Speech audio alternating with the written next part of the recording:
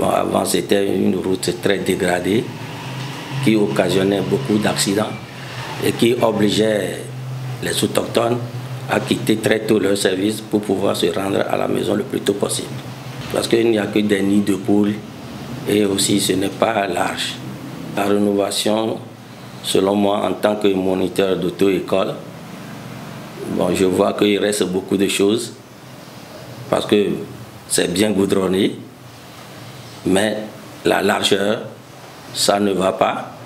De même que aussi les panneaux, parce que nous savons qu'au Togo, hors agglomération, la règle juridique dit 60 km par heure et en agglomération, c'est 40 km par heure.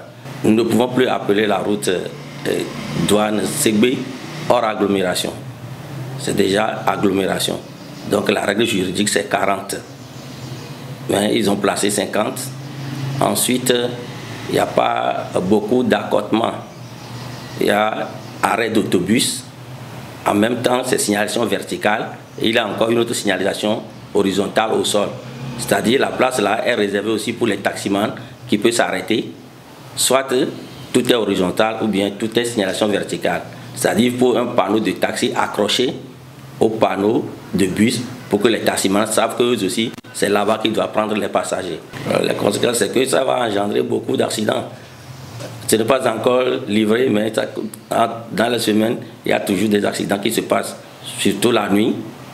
Bon, les gens vont croire que quand on va électrifier, et ça va réduire, mais ça ne va pas réduire grand chose. L'électrification ne va pas réduire grand chose.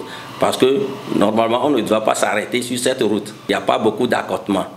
Donc quand on quitte la douane jusqu'à Onyomé, il n'y en a pas là où les taximans peuvent s'arrêter pour prendre un passager.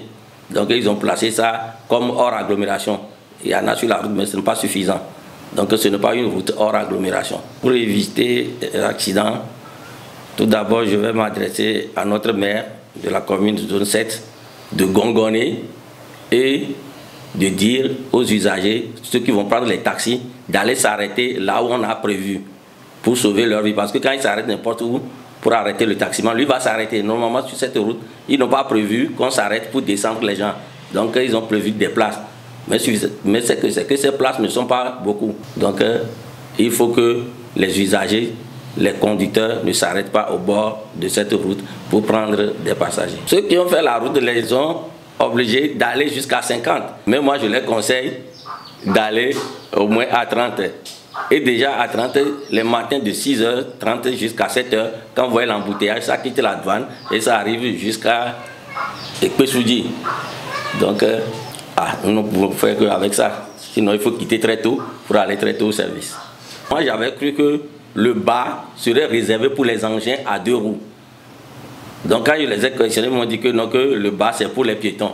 C'est là que j'ai dit, ça va causer beaucoup d'accidents parce que si c'est que le bas est réservé pour les engins à 2 roues et on a laissé la route pour les automobiles, ça va réduire beaucoup d'accidents. Donc l'étroitesse va amener beaucoup d'accidents. Allez doucement. Quand vous voyez que quelqu'un est déjà en arrêt, il ne faut pas chercher à le dépasser. Si les autres sont en arrêt, il faut se demander pourquoi ils sont en arrêt. Parce que quelqu'un est en arrêt pour laisser passer l'autre qui vient. Et puis toi, tu veux faufiler. C'est ça qui est en train de causer beaucoup d'accidents sur la route. Je leur conseille de rouler doucement et de respecter le code de la route.